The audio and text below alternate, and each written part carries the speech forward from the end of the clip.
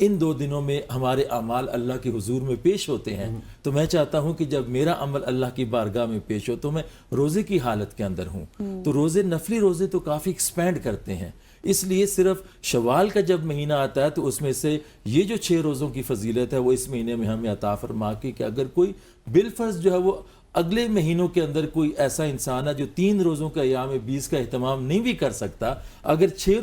روزوں کا بھی وہ اہتمام کر لے گویا اس نے پورے سال کے اندر، یعنی یہ اللہ اور اس کے رسول کی طرف سے ہمارے لیے ایک بڑا تحفہ ہے۔ نفلی ہیں اگرچہ روزے، لیکن نفل کے اندر بھی اجر و ثواب کے اعتبار سے ہمیں اگر پورے سال کے روزوں کا اگر ثواب ملتا ہے تو یہ کوئی مہنگا سودا نہیں ہے، 6 دنوں کے روزوں کا کوئی اہتمام کر لے تو ہمیں سارے سال کے روزوں بالکل ایسا ہی ہے۔ اور آپ کو پتہ ہے کہ طارق صاحب وہ ارشاد بھی ہے نبی کریم صلی اللہ علیہ وسلم کا کہ اور پھر لو اس ملک میں تم ان 4 مہینوں میں، یعنی کہ شوال بھی اس مہینوں میں آتا ہے۔ مجھے یہ بتائیں، جو میں نے آپ سے پہلا سوال کیا تھا کہ جو شرعی وجوہات کی بنا پر رمضان میں روزے چھوٹ جاتے ہیں تو ان 6 روزوں کے بعد وہ روزے بھی رکھے جا سکتے؟ جی دیکھیں میڈم، ان کا تو کوئی خاص فکس ٹائم نہیں ہے۔ اچھا، جب قضا روزے جو بھی ہیں رمضان شریف کے بعد آتے ہیں تو ان کا پورا سال ہوتا ہے۔ صحیح۔ وہ البتہ ایسا نہیں ہو سکتا کہ کوئی ساتھ ہی شوال کے 6 روزوں کی بھی نیت کرے، ان قضا روزوں کی بھی اکٹھا نہیں ہو سکتا، وہ الگ سے ہوں گے۔ وہ کسی کے 4 روزے رہ گئے ہیں شرعی عذر کی بنیاد پہ، یا جتنے بھی روزے رہ گئے ہیں اس کو جیسے جیسے سہولت ہے آسانی کے ساتھ جو پورے سال کے 11 مہینوں کے اندر جو اس کی قضا کی جا سکتی ہے، اس کے لیے کوئی فکس ٹائم پیریڈ نہیں ہے۔ بہرحال یہ چونکہ ایک شرعی ذمہ داری ہے، اس لیے بحیثیت مسلمان ہمارے لیے یہ ضروری ہے کہ ہم کوشش کریں جلد از جلد اس ذمہ داری سے بھی بری ذمہ ہو جائیں، تاکہ ہمارے ذمے جو روزے جو ہماری قضا میں آگے ہیں ان کو ہم جتنا جلد ادا کر سکیں تو اس میں زیادہ فائدہ ہے ہمارا۔ ادروائز شرعی طور پہ اس کا کوئی فکس نہیں ہے کہ رمضان کے فوراً بعد آپ نے رکھنے ہیں، جو انسان کو سہولت ہے اس کے اعتبار سے ان کی قضا کی جا سکتی ہے۔ بالکل ایسی۔ اچھا، روزے کی اگر بات کی جائے، رمضان کے روزوں میں جس طرح کے احکامات ہوتے ہیں اسی طرح سے باقی روزوں میں بھی اسی طرح کے احکامات کو آپ نے فالو کرنا ہے؟ جی دیکھیں، بالکل کچھ تو احکامات وہ ہیں جو روزے کی ٹائمنگ ہے وہ سیم اسی طرح سے ہے، باقی روزوں کا بھی اسی طرح سے ہے، سحر اور افطار کا وہی ٹائم پیریڈ ہوگا، اور جس طرح سے رمضان کے روزے جن چیزوں سے ٹوٹ جاتے ہیں باقی بھی روزہ نفلی روزہ بھی اسی طرح سے ٹوٹ جائے گا۔ مگر اتنا فرق ادھر یہ ہے کہ اگر رمضان میں کسی نے روزہ رکھا اور جان بوجھ کر بغیر کسی ریزن کے شرعی وجہ کے اگر اس نے توڑ دیا، اس کے لیے جو کمپنسیشن ہے وہ اس کی قضا بھی ہوگی اور ساتھ اس کا کفارہ بھی ہوگا۔ کفارہ کے لیے جو ہمیں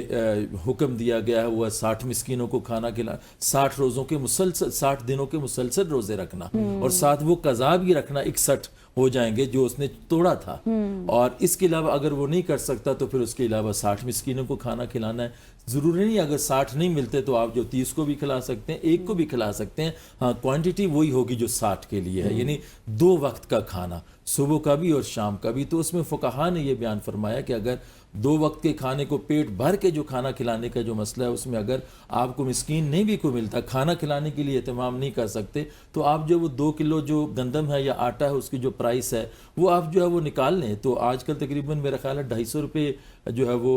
125 یا 130 کے لگ بھگ 1 kg ہے آٹا یا گندم جو ہے۔ پھر اس میں یہ ہے کہ جو انسان جس طرح کا آٹا یا گندم استعمال کرتا ہے، کچھ لوگ ہیں سرکاری گندم استعمال کرتے ہیں، کچھ چکی کا آٹا ہے، تو جو بندہ جو کھانا استعمال کرتا ہے اس کی اماؤنٹ جو ہے اس کو جو ہے وہ کسی ایک مسکین کو بھی دے سکتا ہے، کھانا بھی کھلا سکتا ہے، اس کو راشن بھی لے کے دے سکتا ہے، کوئی اناج بھی لے کے دے سکتا ہے، کوئی بھی اس کی ضرورت کی چیز ہے وہ بھی دے سکتے ہیں، اور اگر کیش میں بھی دینا چاہے تو یہ کفارے کے طور پر اس میں دے سکتے ہیں۔ لیکن رمضان کے علاوہ جن روزوں کو آپ نے ذکر کیا وہاں پہ اگر وہ چونکہ یہ نفلی روزے ہیں اگر ان سے ٹوٹ جاتا ہے تو ٹوٹنے کے بعد جو اس کا کفارہ نہیں ہے قضا لازم ہو جائے گی، قضا لازم، اس کا قضا جی 1 روزہ ہوگا، وہ کبھی بھی چونکہ نفلی روزہ اس کے لیے آپشنل تھا تو اس نے خود اپنی چوائس سے رکھا، اب اگر ٹوٹ گیا ہے بغیر کسی وجہ کے وہ کمپلسری ہو جائے گا۔ جیسے بالکل اسی طرح سے جیسے نفلی اعتکاف اگر ہم کرتے ہیں، نیت کرتے ہیں یا منت کے روزے مانتے ہیں تو اس وقت وہ ٹوٹ جائے تو پھر ٹوٹنے کے بعد وہ واجب ہو جائے۔ طارق صاحب مجھے آخر میں بس مختصر سا یہ بتائیے گا، جب عرب میں اسلام سے پہلے شوال کے مہینے میں شادیوں کو ممنوع سمجھا جاتا تھا، نہیں کرتے تھے لوگ، کیا یہ خیال غلط ہے کیونکہ اب تو لوگ کرتے ہیں؟ جی نہیں دیکھیے اس میں تو کوئی بھی ایسا شرعی نقطہ رمضان میں بھی کرنی چاہیے جو وہ ممانعت، لیکن رمضان میں بھی لوگ رمضان میں جی ہاں بالکل، چونکہ ہم جو ہے وہ رمضان میں باقی دینی فرائض میں بہت زیادہ مصروف ہوتے ہیں، لوگوں کی زیادہ توجہ رجحان جو ہے وہ روزوں کی طرف عبادت کی طرف زیادہ ہوتا ہے، اس لیے نہیں ہو نہیں سکتا تو ادروائز شوال ہو یا سال کا کوئی بھی مہینہ ہو اس میں جو ہے وہ شادی کے لیے کوئی بھی ایسی ممانعت نہیں ہے جو بھی شرعی تقاضے ہیں. Thank you so much joining اس. خواتین و حضرات, پروفیسر ڈاکٹر طارق اعجاز صاحب ہمارے ساتھ موجود تھے جو کہ شوال کے روزوں کے حوالے سے بات کر رہے تھے. یہاں پہ وقت ہوا چاہتا ہے ایک شارٹ سی کمرشل بریک کا بریک لیتے ہیں, واپس آتے ہیں. Stay with us.